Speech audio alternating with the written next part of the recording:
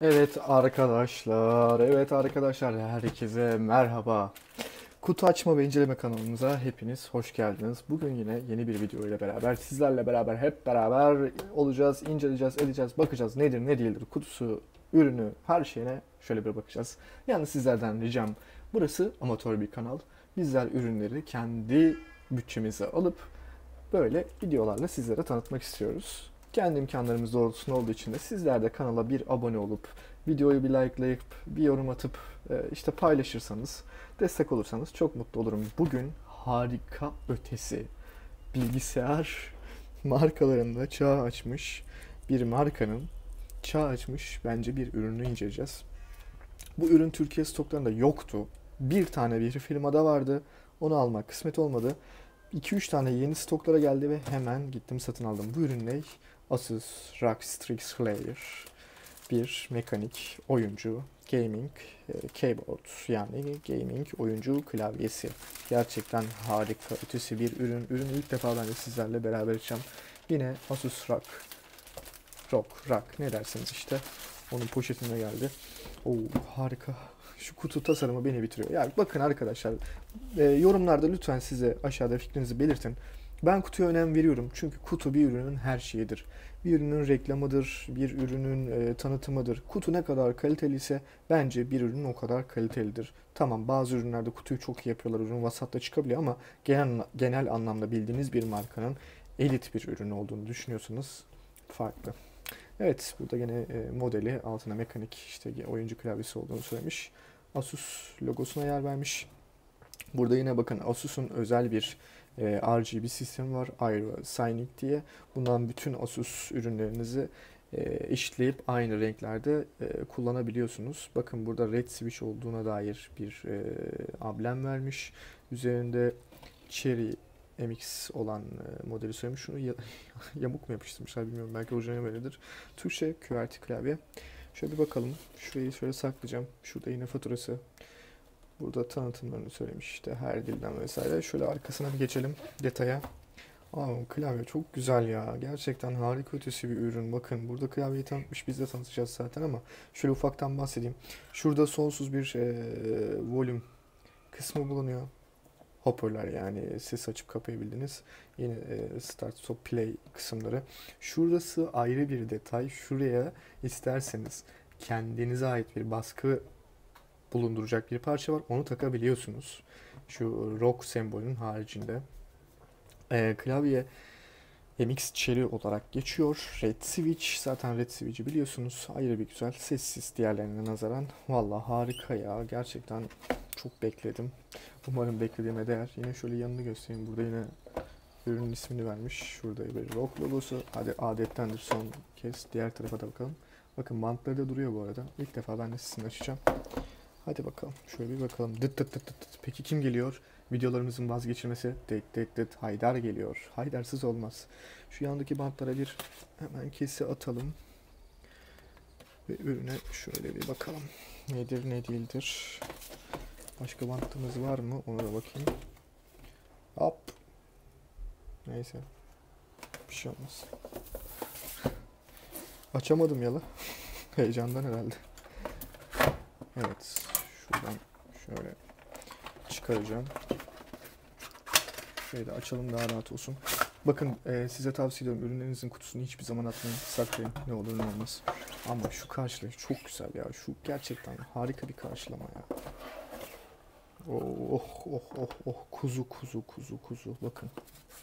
Burada bir koruma pedi var. Altında klavyemiz. Klavye, sen harika bir şeysin. Şöyle çıkaracağım arkadaşlar. Kutunun içeriğine de bakacağız. Önce ürünümüzü şöyle bir alalım. Bakın özel muhafaza kutusunda kablosunu bile öyle bir yerleştirmişler ki yani poşetli ve bakın çıkmıyor. Uğraşmanız lazım. Belli yani, fabrikasyon paketlendi. Ürün zaten sıfır, orijinal. Sıfır kokusu bile duruyor. Bakalım içinde ne var. Şu bilek desteği olan kısım. Şurada da yine bir Republic of Gamers yazısını görüyorsunuz. ROG açılımı. Yalnız bakın bu bayağı pahalı bir klavye. Şurası deri pet olsa daha iyi olur muydu diye düşündüm. Ama ROG mühendisleri bunu tasarladıysa ve deri yapmadıysa hafif, yani şöyle tatlı bir plastik, sert bir plastik değil. Bunu ROG mühendisleri tasarladıysa bunda mutlaka bir şey düşünülmüştür. Şurada yine bakın o size bahsettiğim, şunu hemen açalım. Göstereceğim size. Hepsinden bahsedelim ufak ufak. Şu klavyeye takılan bir şeffaf kısım. Bunu klavyenize işte takıyorsunuz. Logonuz varsa klavyede logosu yer alıyor. Logonuz yer alıyor. Yine şöyle bir ROG etiketi göndermişler yanında. Şurada işte kullanım kılavuzu, garanti belgesi olarak geçiyor. Burada da yine klavyeyi anlatıyor şu şekilde falan filan. Bunları arkadaşlar mutlaka saklayın. Daha önce başımıza geldi. Tecrübeyle sabittir. Yani bir şey oluyor. Ürün mesela tamam değiştirecekler. Asus için söylemiyorum. Genel olarak söylüyorum ki Asus'un ben daha önce bir klavyesini almıştım, K7. Çizik gelmişti klavye. Muhtemelen fabrikasyon hatalı ya da farklı bir şey olmuş. Geri gönderdim. Direkt iadesini almıştı. Hiçbir sorun çıkarmadılar. Hatta ilk başta yenisini gönderdiler. Daha sonra yenisini istemiyorum ben dedim. Geri gönderdim. İade aldılar. Böyle güzel bir güvence. Bir marka kurumsalsa tabii ki sağlamdır. Şöyle şimdi bakacağız klavyemize.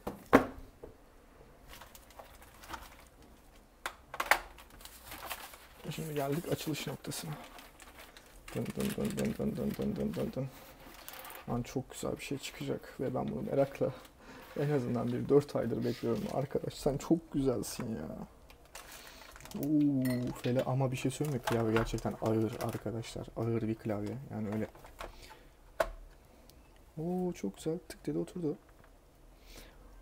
Klavye gerçekten çok güzel ama. Şuraya hemen tuş seslerine bakalım. Evet. İşte Red Switch'in faydaları. Bakın. Blue Switch'lerde çıt çıt çıt ses geliyor. Bak bunda öyle bir ses yok bak. Normal tuş sesi. Bu da normal yani. Bu kadar da olacak. Bu mekanik bir klavye alıyorsunuz. Şu bir tane tuşunu çıkaralım. Bu arada şey çıkmadı içinden ama tekrar bakayım, o tuş çıkarma aparatı var ya. Bakın bir tanesini çıkarttım hemen. Red Switch zaten görüyorsunuz. Ürün harika ötesi. Gerçekten arkadaşlar ya. Ve şöyle bir güzelliği var. Makro atayabiliyorsunuz. Şurada göstereceğim. Şöyle kaldırarak göstereyim. Şurada bir makro atama tuşu var. Yine bir ROG sembolü yer almış. Şu size bahsettiğim çıkarılabilir kısım. Buraya kendi logonuzu bastırıp şöyle takabiliyorsunuz. Bunun artısı olabilir mi? Olur tabii ki. Güzel bir detay. Çünkü bu bir gamer klavye. Şurası ses tekerleği. Bu bayağı işe yarıyor. Mouse'la uğraşmıyorsunuz. Yok indir kaldır. Şurada yine play butonları var. Bunun her şeyden önemlisi, bakın dikkatinizi çekti mi bilmiyorum. Şu tuşların altında beyaz bir tabaka var. Bu beyaz tabaka RGB olan bir klavyede harika ötesi duruyor. Bunu neden diğer markalar yapmıyor? Lap diye tuşu koyuyor.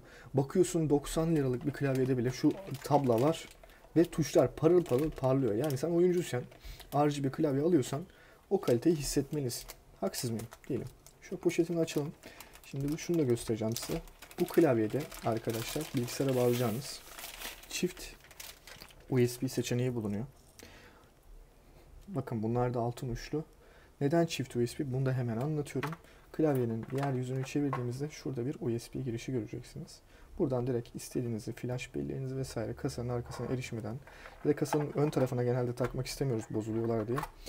Direkt klavyenize takabiliyorsunuz. Klavye ağır bir klavye. Bakın hafif değil, gerçekten bayağı bir ağır hani diğer klavyelerine nazaran. Şu arkasına da bakalım. Arkasını yine şurada da bakın şuraları göstermeden edemeyeceğim. Şuralar alt ışıklandırmaları. Klavye şuralardan altı ışık veriyor. Yine şurada bir ROG jelatini. Çıkaralım bunu, sonra çık çık çık ses yapmasın. Ama gerçekten ağır. Hani o hissiyatı alabiliyorsunuz. Hemen ne yapalım? Şu bilgisayarı takalım. Bir deneyelim. Hadi bakalım. Evet arkadaşlar. Şimdi klavyeyi bilgisayara bağladım. Gerçekten ürün çok güzel. Yani şu tasarımı görüyorsunuz değil mi? Şuradaki detay bile o kadar güzel ki bakın. Şu an ben Asus'un uygulaması olan işte ürünleri şu şekilde eşitleyebiliyorsunuz. Iowa Signing diye bir uygulaması var. Oradan gökkuşağı modunu aldım. Renk değişimlerini görebiliyorsunuzdur. Hiç hissettirmeden çok tatlı bir renk dönüşümü var. Şöyle yani ürünün kalitesini göstereyim. Asus ROG özellikle tasarım konusunda gerçekten iddialı bana göre. Ee, Her şekilde tasarım var. Benim setup'ım zaten Asus ROG üzerine. Mouse'un tanıtımını incelemiştik. Kulaklığın tanıtımını incelemiştik. Bu ürünleri gönül rahatlığıyla alabilirsiniz. Ee, Çok güzel. Yani fiyat bazında evet biraz fiyatları yüksek ama en azından değiyor. Öyle düşünebilirsiniz.